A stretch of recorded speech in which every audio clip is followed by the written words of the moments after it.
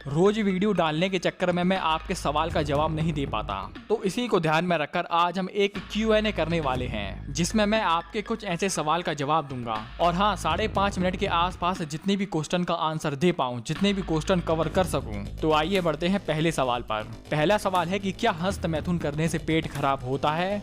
तो जी हाँ, बिल्कुल होता है, क्योंकि वीर्यनाश का सीधा सीधा इम्पैक्ट हमारे लीवर पे पड़ता है। और जितना ज्यादा आप वीर्यनाश करेंगे उतना ही ज्यादा आपका लीवर कमजोर होता जाएगा। और वही लीवर ही है जिसमें से हमारा बाइल जूस निकलता है। बाइल जूस क्या होता है? बाइल जूस ही जठर अग्नि होती है और वही हमारे भोजन को पचाती है। दूसरा सवाल है कि सुबह खाली पेट मूंग दाल और चने खाता हूँ और उसके बाद दूध पीता हूँ। तो आप बताएं कि हम फ्रूट्स कब खाएं? फ्रूट्स आप नाश्ता करने के 2 घंटे के बाद ले सकते हैं, या लंच जब आप रोटी खाते हैं तो उसके पहले ले सकते हैं। आगे बढ़ते हैं तीसरे सवाल पर। तीसरा सवाल है कि हमें दूध कितना पीना चाहिए जिससे वह डाइजेस्ट हो सके। इसमें हर व्यक्ति की डाइजेशन अलग अलग होती है, तो ऐसा एग्जैक्ट बताना संभव नहीं है कि दूध कितना पीना चाहिए। और सीधा सीधा बताएं कि दूध हमें कितना पीना चाहिए। दूध हमें उतना ही पीना चाहिए जितने में वह हानि ना करे। अगर आपको लगने लगे कि इतनी मात्रा से ज्यादा दूध पीने में आपको नुकसान हो रहा है, तो उस मात्रा से ज्यादा आप दूध ना पिए।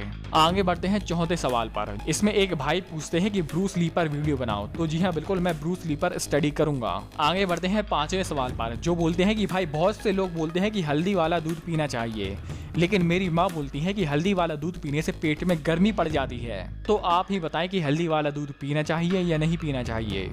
तो अगर आपकी कफ और वात प्रकृति है तो ये चीज आपके लिए सबसे उत्तम है। और कफ प्रकृति में आप घी ना मिलाएं। वात प्रकृति में तो घी, दूध और हल्दी, ये तीनों का मिक्सचर एक मेडिसिन की तरह काम करता है। और अगर आपको पित्त प्रकृति में ये पीना है तो ध्यान दें कि इसको ज्यादा ना उबालें। इसमें 2 चम्मच धागे वाली मिश्री का पाउडर मिला दें और फिर इसको पिएं। आगे बढ़ते हैं 6th क्वेश्चन पर कि भाई पाचन शक्ति को कैसे मजबूत करें। तो मैं डिस्क्रिप्शन में 6th क्वेश्चन के सामने एक वीडियो का लिंक चिपकाऊंगा। उस प्लेलिस्ट की सारी वीडियो को आप देख लें, आपको पता चल जाएगा कि हाजमा शक्ति कैसे बढ़ाते हैं। आगे बढ़ते हैं 7th क्वेश्चन पर, जिसमें पूछते हैं कि पुशअप लगा सकते हैं। यानी कि ये हाइट वाली वीडियो पर पूछा गया था कि हाइट बढ़ाने के लिए क्या पुशअप लगा सकते हैं या नहीं। तो अगर आप पुशअप बिल्कुल पसीना बहाओ बहुत ज्यादा पुशअप लगा लेते हैं, अर्ध शक्ति से ज्यादा पुशअप लगा लेते हैं, तो ये आपकी हाइट रोकेगी ही रोकेगी।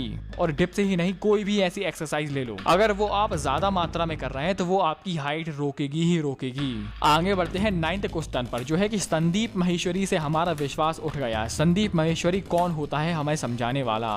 देखो भाई, हस्त मैथुन और नो फैप के कुछ पॉइंट से डिसएग्री होने पर, कुछ बातों से हम सहमत नहीं है, तो इसका मतलब ये नहीं कि हम उनके द्वारा पहले बताई हुई हर सही चीज को हम ठुकरा दें। कहने का मतलब ये है कि हम कुछ पॉइंट से डिसएग्री करते हैं, ना कि पूरे पॉइंट से। पर्सनल लाइफ से और हमारा कोई लेन देन नहीं है। बस इसके आगे बात खत्म। आगे बढ़ते हैं 10वें सवाल पर, जिसमें एक भाई पूछते हैं कि हम 15 महीने से ब्रह्मचर्य पालन कर रहे हैं और 2-3 दिन में नाइटफॉल हो ही जाता है। मैं ध्यान और मेडिटेशन भी करता हूँ। तो 10वें सवाल के आगे डिस्क्रिप्शन बॉक्स में एक वीडियो का लिंक दे रहा हूँ, उसको आप देखना।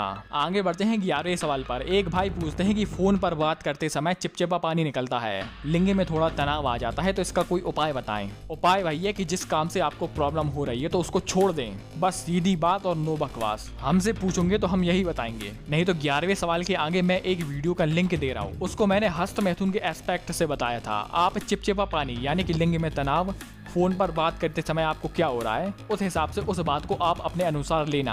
आगे बढ़ते हैं 12वें सवाल पर। क्या हम शिलाजीत, अश्वगंधा और घी को रात में पी सकते हैं? तो जी हाँ, बिल्कुल पी सकते हैं, कोई प्रॉब्लम नहीं। बस आपको तासीर बैलेंस में रखनी है, यानी कि ये चीज अगर आपको गर्मी नहीं करेगी तब आप इसको ले। अगर आपको गर्मी कर रही है तो इसमें आप गुनगुने दूध के साथ घी की मात्रा बढ़ा दें और उसमें धागे वाली मिश्री मिला दें या मुलेठी का चूर्ण और एक्स्ट्रा मिला दें। आगे बढ़ते हैं 13वें सवाल पर, जो है कि क्या इन सभी चीजों को मिक्स करके ले सकते हैं। इस वीडियो में हमने 5 औषधि बताई थी जो कि हमारे शरीर में टेस्टोस्टेरोन लेवल को बढ़ाता है। तो क्या इन 5 औषधि को मिलाकर ले सकते हैं या नहीं।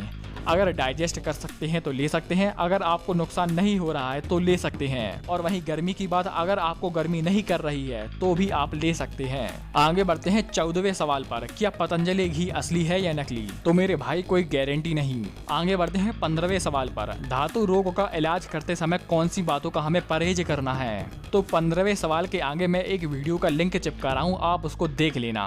आगे बढ़ते हैं 16वें सवाल पर कि सफेद मूसली की तासीर कैसी होती है। सफेद मूसली की तासीर होती है गर्म। आगे बढ़ते हैं 70वें सवाल पर, जो है कि नेचुरल टेस्टोस्टेरोन लेवल को बूस्ट करने का कोई तरीका बताएं, इस पर एक वीडियो बनाएं। तो जी बिल्कुल, हम जल्द से जल्द वीडियो लाने की कोशिश करेंगे। आगे बढ़ते हैं 18वें सवाल पर, जो है कि क्या हम मूंगफली को अंकुरित करके खा सकते हैं? तो जी हाँ, बिल्कुल खा सकते हैं, कोई प्रॉब्लम नहीं। मूंगफली पर भी वही बातें लागू होती हैं जो कि चना और मूंग पर होती हैं। और इतनी सब चीजें बताने के बाद एक कमेंट ऐसा आता है। तो दोस्तों, आज का Q&A यही खत्म करते हैं।